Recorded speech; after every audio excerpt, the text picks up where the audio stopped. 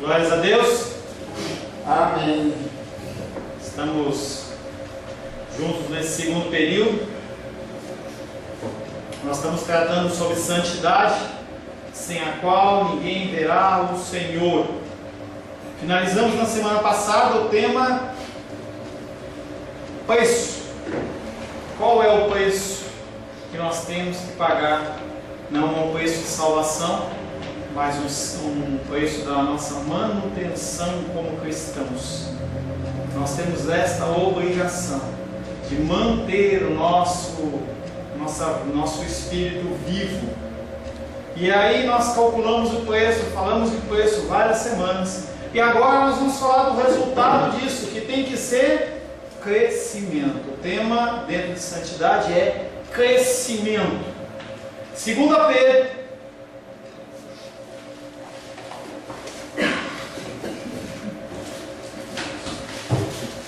Esse eu não sei o versículo. Tem que descobrir.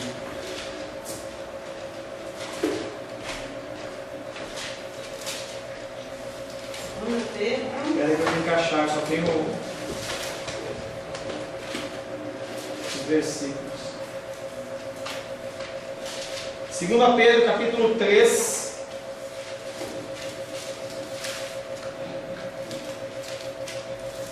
Verso 17 e 18. Achou, irmão Cláudio?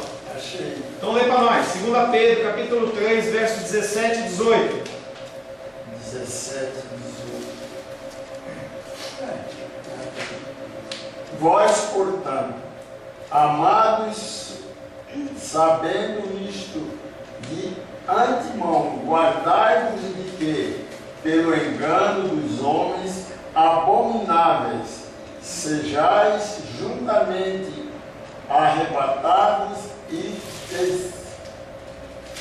descarrieis da vossa firmeza.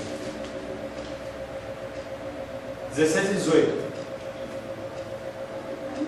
Antes, crescei na graça e conhecimento do Senhor Salvador Jesus Cristo.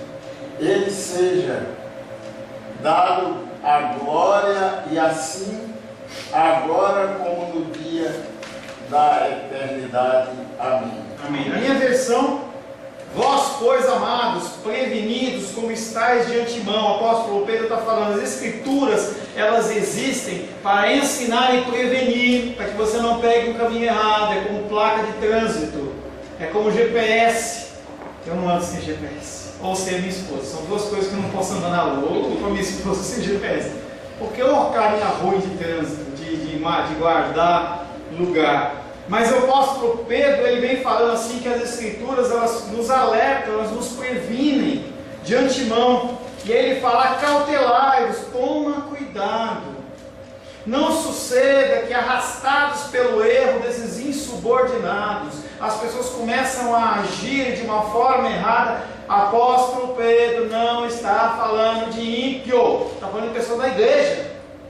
Não permita que as pessoas comecem a trazer novas ideias, novos pensamentos e te arrastem. E aí ele fala que vocês descaiam da vossa própria firmeza. Eu estou firmado, eu acredito nisso, eu acredito na inerrância das escrituras, eu acredito em procedimento tal, na fala tal. Mas aí a pessoa vem com uma vozinha mansa e fala, não é bem assim. O apóstolo Pedro está falando assim, cuidado. Para que você não caia dessa maneira, crescei na graça e no conhecimento do Senhor Jesus Cristo. Como é que você não é enganado? Como é que você anda no caminho certo? Me coloca para ir para o endereço que eu não conheço, daqui lá para Samambaia. Como que eu posso não ser enganado? Tendo referências. O cara chega para mim e fala assim, olha, você está errado, não é aqui em Samambaia não, é lá em Ceilândia. Opa, minha referência está aqui, olha, a Lourdinha falou que esse endereço é em Samambaia, eu acredito nela, é uma referência, eu não me perco. Se você não cresce em conhecimento, se você não conhece, não cresce em graça, as pessoas te enrolam. Às vezes não é nem maldade, mentira, é maldade. Porque a pessoa sabe que está andando num caminho e ela quer o quê? Buscar outras pessoas. Estava conversando essa semana com não sei com quem, e nós estávamos falando sobre criação de filhos, em que os filhos, eles adoram testar, e aí eles sabem que estão errados. Não é só para você não, Gabriel, eu também sou filho, todo mundo aqui é filho, tá? Nós sabemos que estamos errados, e o que a gente faz? A gente vai com uma autoridade pedindo que a pessoa concorde conosco, para diminuir o meu senso de culpa. Então as pessoas, elas trazem novas doutrinas, trazem novos pensamentos. Não é bem assim. Uma coisa que é aberração. Para que nós vamos tomar Santa Ceia com um suco de uva? Vamos tomar com Coca-Cola. Existem igrejas que tomam a Santa Ceia com Coca-Cola. Trocaram, substituíram. Não, porque os jovens se sentem melhor. Em vez de eu pegar e servir o pão da Santa Ceia, eu vou servir um pedacinho de carne de hambúrguer. E a pessoa, ela muda, é uma aberração, mas as pessoas aceitam isso. Não tem nada a ver. Vamos fazer um negócio mais liberal. Vamos fazer uma coisa que pode, que as pessoas se sintam bem. Para que é um culto em que o pastor fala, vamos ficar só pulando e dançando?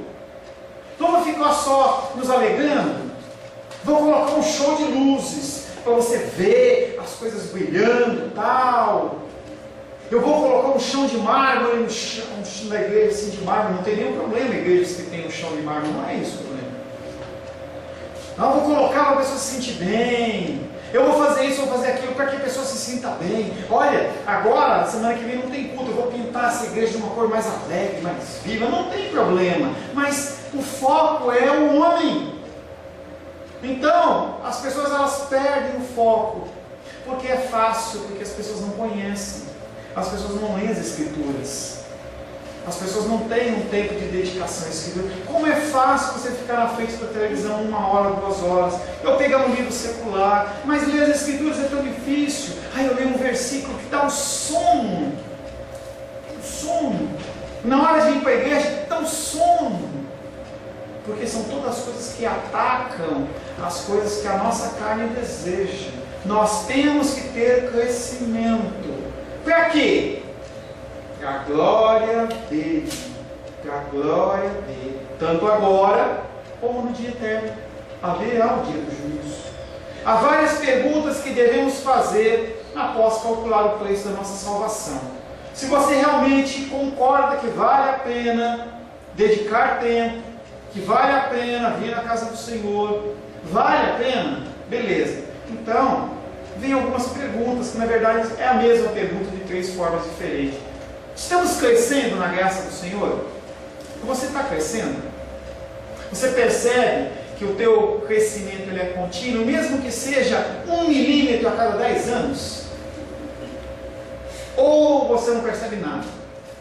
Estamos avançando na nossa religião cristã, no nosso cristianismo?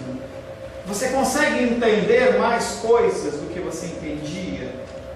E a mesma pergunta de uma outra forma: estamos fazendo progresso? Quando você olha o teu cristianismo, você mente menos?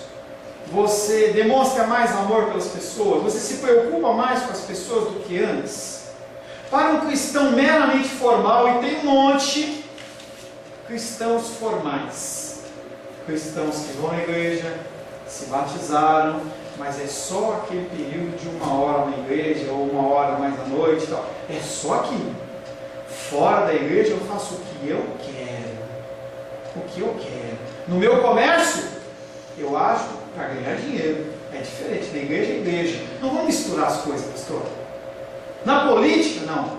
Não vamos misturar política com igreja. Gente, nós fazemos parte de uma organização social chamada Brasil, e nós temos responsabilidades. Não estou dizendo para você que você tem que ser um deputado, um vereador, mas pode ser que Deus tenha esse chamado para você.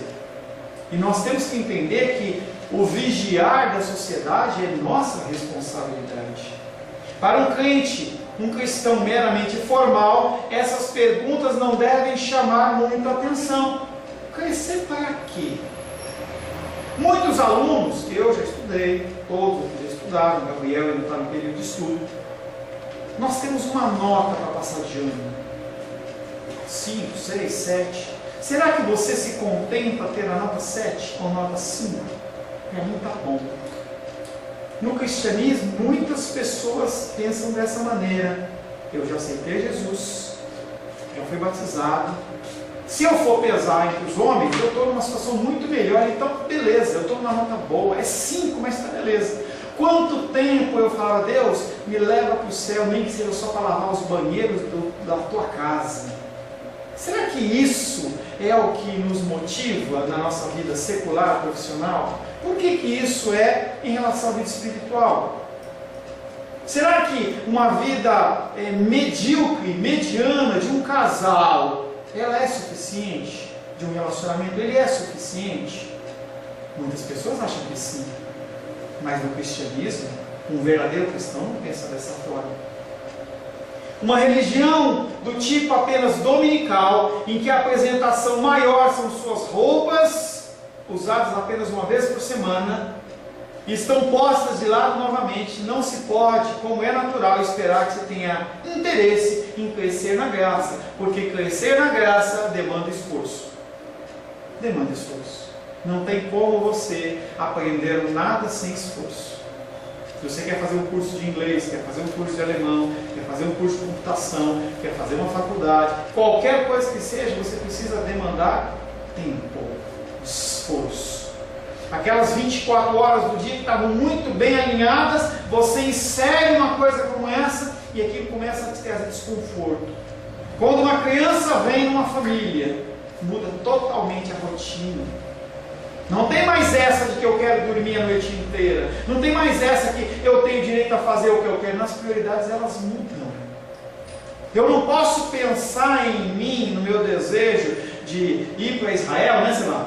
Lá para Israel, ou para outro lugar, se eu tenho uma filha para criar e eu não posso pensar que eu vou abrir mão da educação dela em detrimento da minha satisfação. Não. Não é assim que funciona. Não é assim que funciona. 1 Coríntios capítulo 2, verso 14. Shirley, por gentileza, 1 Coríntios 2, 14. Mateus, Marcos, Lucas, João, Atos, Romanos, Coríntios. 1 Coríntios 2, 14.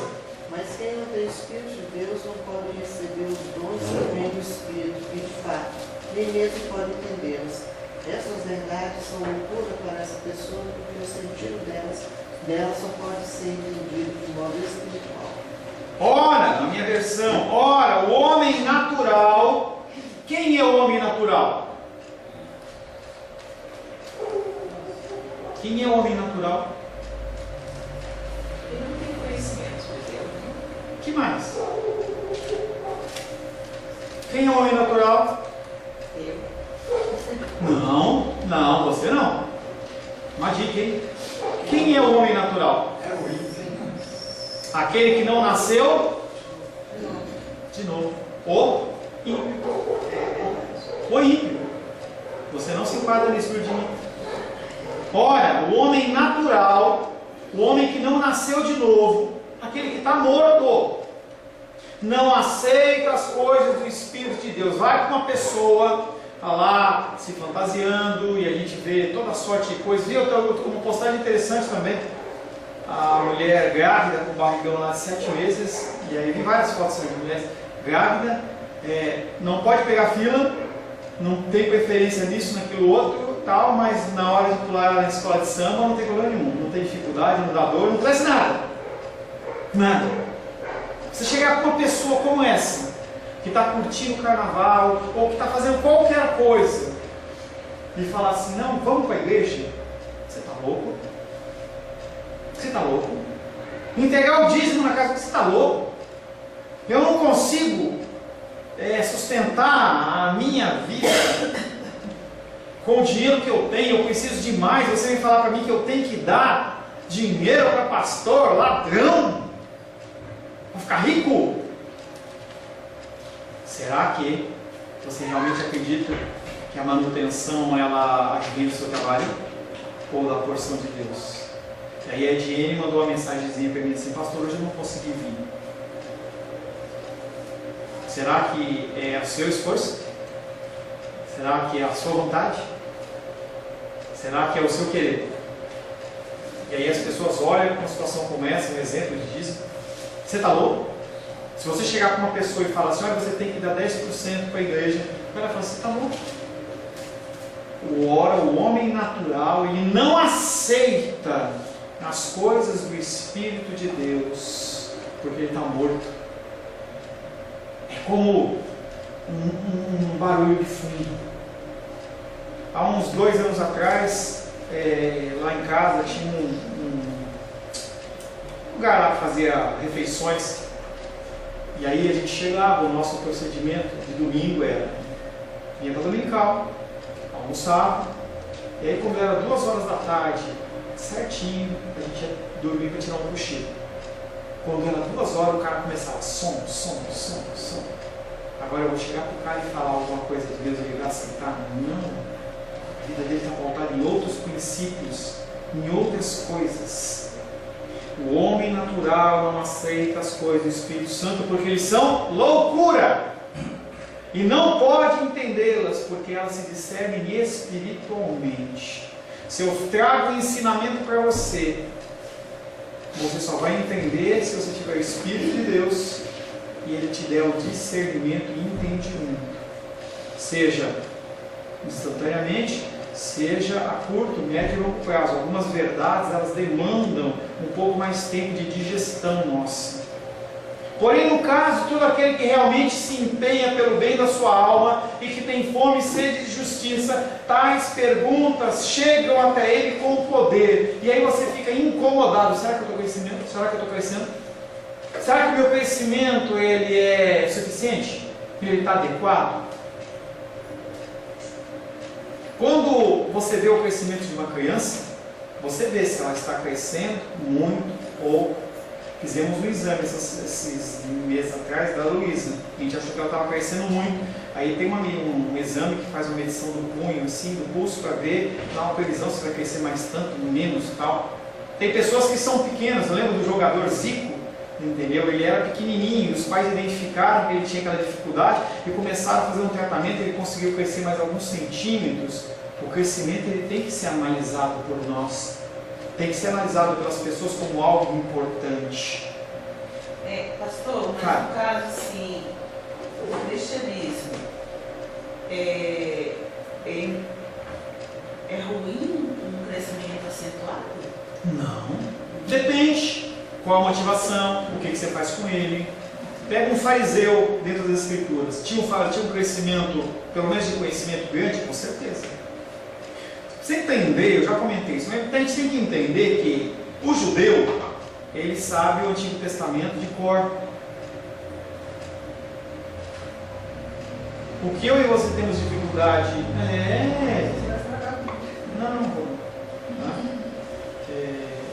os judeus, eles, em especial os homens, eles passam por um processo com 13 anos, que é o Bar Mitzvah, em que eles são preparados toda a vida deles até essa data, em que eles vão aprender as Escrituras. E chega um momento em que eles, para serem declarados homens, eles são colocados perante uma banca, como uma faculdade, uma pós-graduação, perante uma banca de rabinos, em que os rabinos vão começar a interpelar ele em relação às coisas que estão nas Escrituras.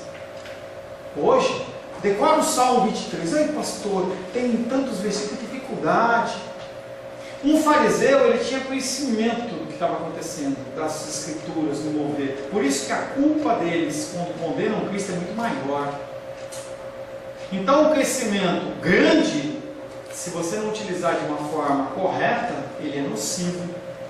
Se você não tiver conhecimento nenhum ou pouco, também pode ser nocivo, mas também pode ser a sua capacidade de absorção.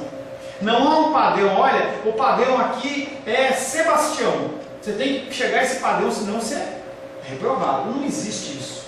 O Senhor ele tem padrões diferentes para mim, para você. O que importa é que você vai dar conta para Deus do seu crescimento, em relação ao seu tempo, sua dedicação e toda sorte de coisas.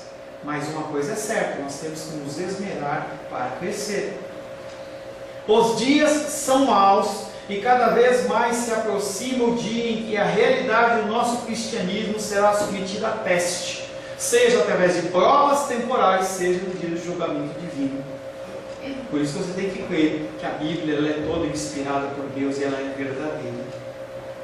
Os dias são maus e se aproxima o dia em que a realidade dos nossos dias, que a realidade do nosso cristianismo será submetida a um teste, quando então será averiguado se construímos sobre a rocha ou sobre a areia. Há 2, 3 semanas atrás eu vi uma reportagem fantástica mostrando lá os prédios lá tudo fundando, má construção. Caiu essa semana o viaduto lá, por quê? Má construção. Uma hora é testado. Vi uma reportagem lá e caiu uma laje, não sei aonde, em cima de um monte de café. Má construção. No caso do viaduto não foi nem a construção, foi a manutenção. E aí nós temos, como na criação, obrigado, como no texto que nós vimos, tem a criação, você tem a manutenção, que seria a providência. Então todas essas coisas andam junto. Quando você aceita Cristo como Salvador, você começa um novo estilo de vida. E você não vai ser mais salvo, vou falar isso mais para frente, você não vai ser mais salvo, mais justificado. Deus não vai falar assim, agora eu amo mais a Lourdes por causa disso. Não. Mas você vai crescendo em conhecimento e graça em relação a Ele. Quando a pessoa vai estudar para o concurso, como é que ela se dedica? Aí você vê algumas pessoas de manhã, de tarde, de noite, porque elas vão passar por uma prova. E se a pessoa não estudou o suficiente, ela é reprovada. Isso vai acontecer também em relação à salvação. Nós vamos estar perante o reto juiz. Ao considerarmos esse assunto, vemos que há 3 coisas que devem ser trazidas à tona e estabelecidas firmemente. A realidade do crescimento religioso. Realmente existe crescimento na graça? A gente tem que analisar sobre isso. Eu estou trazendo um conceito para você e nós vamos ter que analisar. Realmente eu tenho como crescer na graça do Senhor? Sinais do crescimento religioso. Como identificar que eu estou crescendo? Uma pessoa na escola, ela percebe se ela está indo bem nas notas, se ela vai bem no boletim. Quando o Gabriel ele fecha o bimestre, fecha o período lá, o que acontece o boletim vai para o Sebastião, vai para a Glenda. Opa, Gabriel, parabéns, você foi aprovado. Opa, Gabriel, nessa matéria aqui, você precisa se dedicar mais. É assim que funciona, não é? Não é? Tá? Então, quais são os pontos, quais são as formas da gente medir esse crescimento na graça? Terceiro, que meios eu uso para crescer? Primeiro, há crescimento. Segundo, quais são os sinais? Terceiro, como eu cresço? São ferramentas e elementos que a gente vai trabalhar nesses encontros. Primeiro, a realidade do crescimento religioso. Existe algo como crescimento na graça em um cristão? Primeira coisa, que eu já comentei rapidamente, mas você tem que ter na tua cabeça. Os benefícios de um crente que um crente tem em Cristo não crescem. Nada que você venha fazer vai te trazer para você algo a mais. Ah, pastor, mas se eu orar mais, Deus ele vai me dar mais dinheiro. Não condiciona uma coisa com a outra, não é troca. Essa barganha é muito mais um ato de macumba em que o cara leva um prato de farofa para receber uma bênção do que qualquer coisa relacionada ao Senhor. Porque você não acrescenta nada a Deus. Nada do que você venha fazer vai te trazer algum benefício. Pastor, se eu entregar o meu dízimo na igreja, eu vou receber 100 vezes mais. Não fica esperando, não. Ele pode até te conceder, mas não é condição uma coisa para a outra. Pastor, mas quando, por exemplo, a gente ora, a gente recebe paz, né? Mas não é porque você, não é uma troca. Não. Se a tua oração é uma oração motivada para receber algo em troca, está errado. Não é uma motivação, mas é uma consequência. Sim, mas por quê? Porque ele faz, ele ordena e você está fazendo o quê? Cumprindo as Escrituras. Ele fala para a gente orar em nome de Cristo. Ele ordena, nós estamos cumprindo uma determinação dele. É diferente. Tá? Os benefícios que um crente tem em Cristo não podem crescer. Você é filho, você tem, entre aspas, direitos como filho, e essas coisas não aumentam, nem diminuem. ele não pode crescer na aceitação diante de Deus. Bom, agora, porque a Edilene, ela ora mais do que o Gabriel, então Deus ama mais a Edilene. Não existe isso. Mas talvez eu me sinta mais em paz do que o Gabriel. Novamente você trouxe a figura de você, mas em relação à figura divina, ele é imutável. Antes da fundação do mundo, ele já declarou o seu amor sobre a sua vida, e esse amor não muda o nosso momento, porque quando nós vamos conhecendo Deus, nós vamos vendo a maravilha que é servir esse Deus, em que Ele nos privilegia com tudo. Essa madrugada eu sempre acordo, cedinho para fazer minha revisão, e aí eu ouvi um barulho, ninguém nem viu em casa, eu ouvi um barulho, eu saí andando pela casa. E aí, conforme eu fui andando, eu fui agradecendo, poxa Deus, obrigado porque eu tenho um teto. Eu fui lá, minha filha estava dormindo, obrigado porque minha filha tem saúde aqui. E aí você começa a reconhecer. Mas não é algo que é porque Deus mudou, é porque eu mudei. O meu coração ele começa a ser um coração grato. No caso de Salomão, por exemplo, foi o homem mais sábio, até hoje, é considerado. Então, as orações dele, ele só pedia sabedoria, e Deus ia concedendo. Porque era um plano de Deus que aquilo ocorresse. Tanto que quando Salomão ele pede sabedoria, a resposta de Deus para Salomão é: pediste bem. Mas ele pediu bem, por quê? Quem influenciou ele? Espírito Santo de Deus. O Espírito Santo de Deus gerou no coração dele essa necessidade. Se você tivesse que pedir algo hoje, será que você pediria sabedoria? De bate pronto assim, pá. Ou você pediria alívio das dores? Paz, eu pedi paz. E eu tenho paz.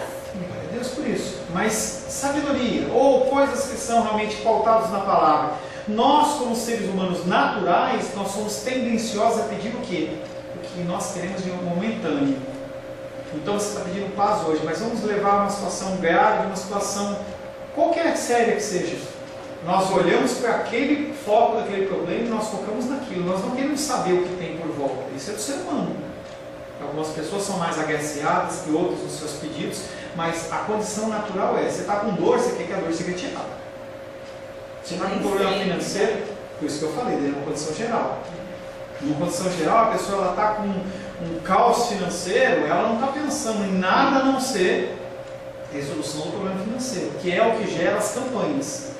A campanha nada mais é do que uma estratégia de marketing, não provém da palavra de Deus. Não existe em nenhum lugar de Gênesis Apocalipse falando de campanha, não existe corrente de oração, não existe nada disso.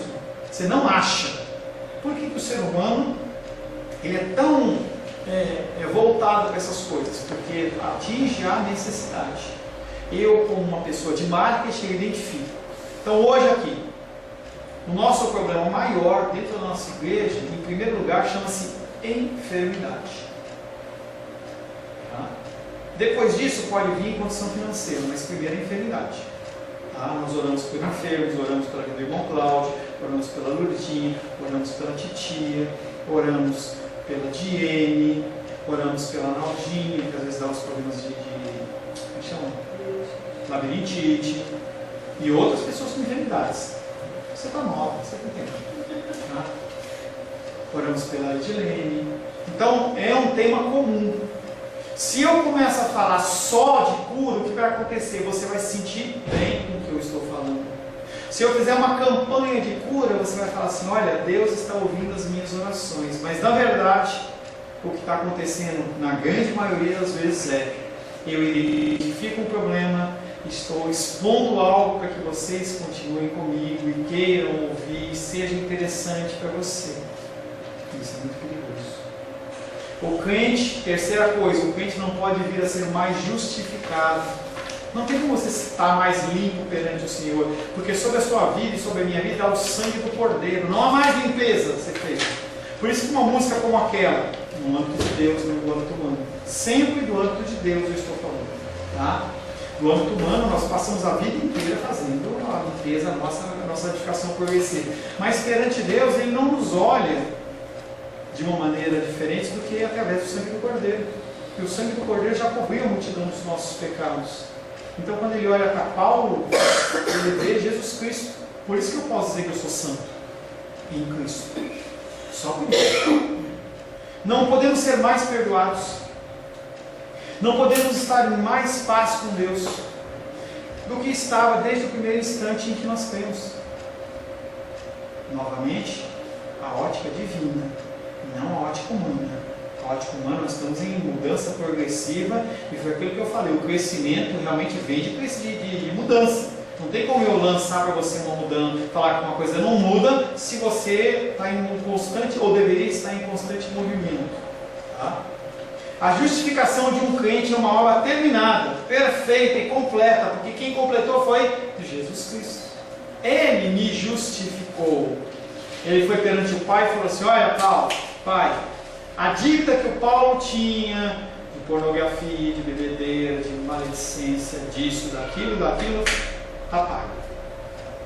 Aí Deus olha e fala: beleza, vai para o arquivo. Próximo, a dívida que tinha da Lourdinha, assim, assado, foi paga. E assim é feito por toda a humanidade, lógico que não de uma forma logística como eu estou falando. Tá? A justificação de um crente é uma obra terminada, perfeita e completa, em que o mais frágil dos santos, embora talvez não saiba e nem o sinta, está tão completamente justificado como o crente de fé mais robusta. A minha justificação é a mesma justificação que o apóstolo Paulo teve, que é a mesma justificação de qualquer ser humano de todas as épocas, porque não depende de mim. Colossenses capítulo 2, verso 10.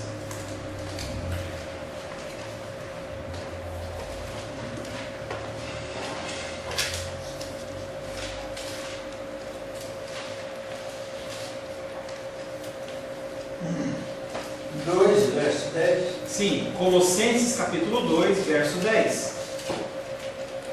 Também nele estáis aperfeiçoados. Ele é o cabeça de todo o principado e potestade. Também nele estáis aperfeiçoados. A obra acabou. O sentido aí é: Deus já fez, Jesus Cristo já fez tudo no sentido da justificação. Quando falamos em crescer na graça, tão somente nos referimos ao aumento no grau das suas nas dimensões, na força, no poder e no vigor das graças de Deus que o Espírito Santo coloca no nosso coração. Pastor, no que eu tenho que crescer? Gálatas 5, versos 22 e 23. Gálatas capítulo 5, versos 22 e 23. Gabriel, por favor.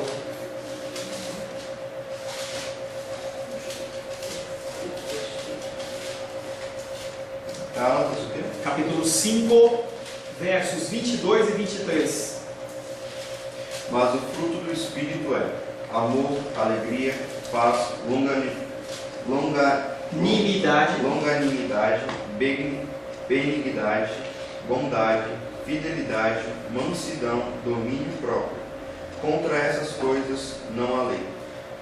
Já falei e volto a dizer, não são os frutos do Espírito, é o fruto do Espírito, porque se fossem os frutos, eu poderia ter amor e não ter alegria, ou ter paz e não ter benignidade. Isso é impossível.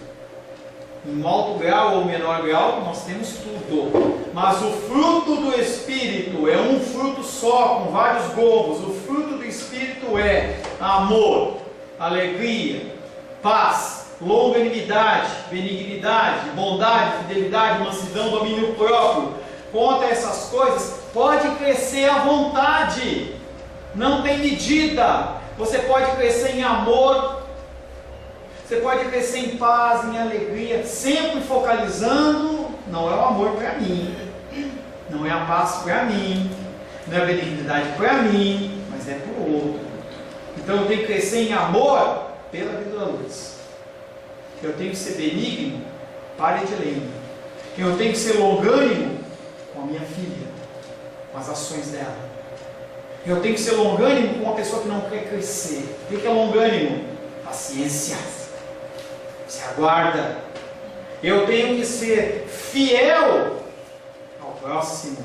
Eu tenho que ser manso ao próprio. Eu tenho que ter domínio próprio. Não é para mim, é para o outro. Quando o outro pisar no meu calo, cometer um erro de novo, eu me seguro por amor dele. Quem não tem domínio próprio, então não tem nenhum dos outros. Não existe um ser humano que tenha um fruto do Espírito e não tem uma manifestação do fruto do Espírito e não tenha outro. O que acontece é que há pessoas que demonstram amor ou demonstram paz, mas não são salvos. É um amor humano e não um amor divino. Você, como salva, você tem todos esses partes do fruto do Espírito, mesmo que você possa identificar o amor, nota 100, longanimidade, nota 0,0001, mas está lá.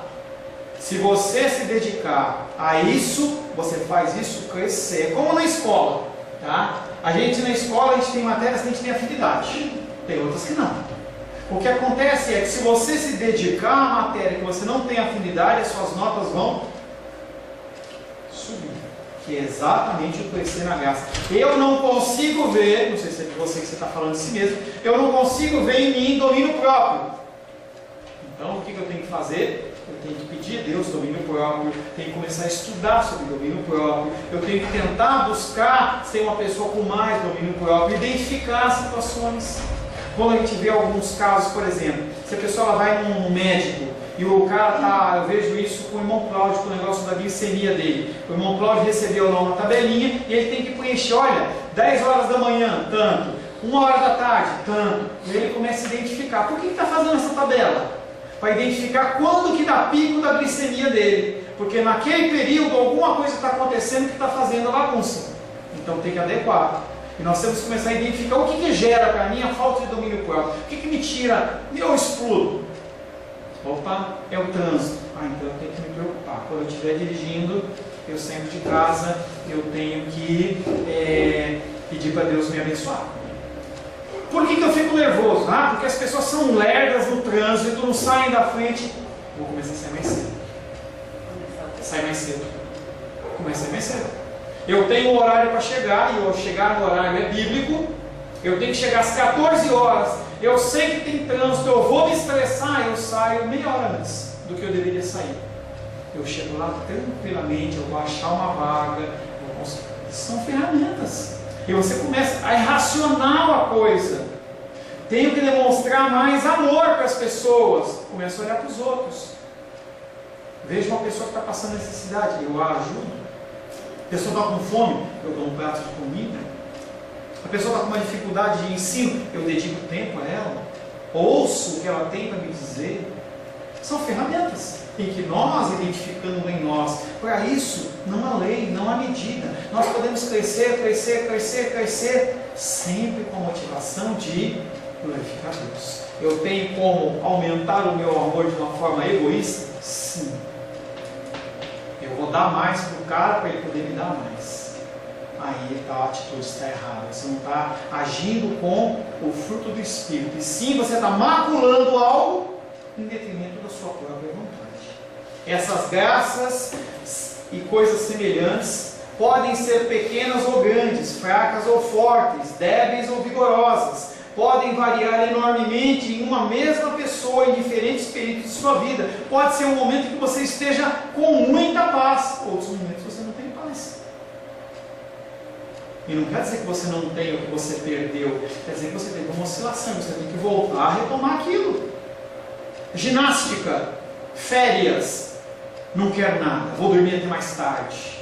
Aí você retoma a academia, que dor. Que dificuldade. Toda retomada ela é difícil e ela demanda esforço. Finalizo a aula de hoje falando sobre Gálatas 5, 22 e 23, dizendo: nós temos que crescer nisso. É nesse aspecto que o Senhor espera que eu e você cresçamos. As coisas que não são possíveis a gente manusear, não se preocupa com isso. Se preocupa com aquilo que está à mão. Não adianta você querer se preocupar com o africano lá na África morrendo de fome, se a pessoa que está na tua família que você pode ajudar, você não ajuda. Não adianta você querer ajudar uma pessoa lá nos Estados Unidos ou lá na Alemanha que está com dificuldade de instrução, se a gente tem aquele projeto nosso da escola, e aí você não ajuda alguém para estudar aqui. Então a gente tem que entender que as coisas elas são racionais, a gente tem que tentar fazer as coisas primeiro no âmbito de onde nós estamos. Para depois a gente pensar. Se você não se preocupa com o mínimo, por que você está se preocupando com o máximo? É uma tônica do meu ministério, é uma graça que Deus me deu. Eu não vou me preocupar em ensinar conceitos teológicos para você, em coisas cabulosas, se você não consegue amar o teu próximo. Se você não sabe o que é salvação, por que eu vou me preocupar com coisas mais complexas?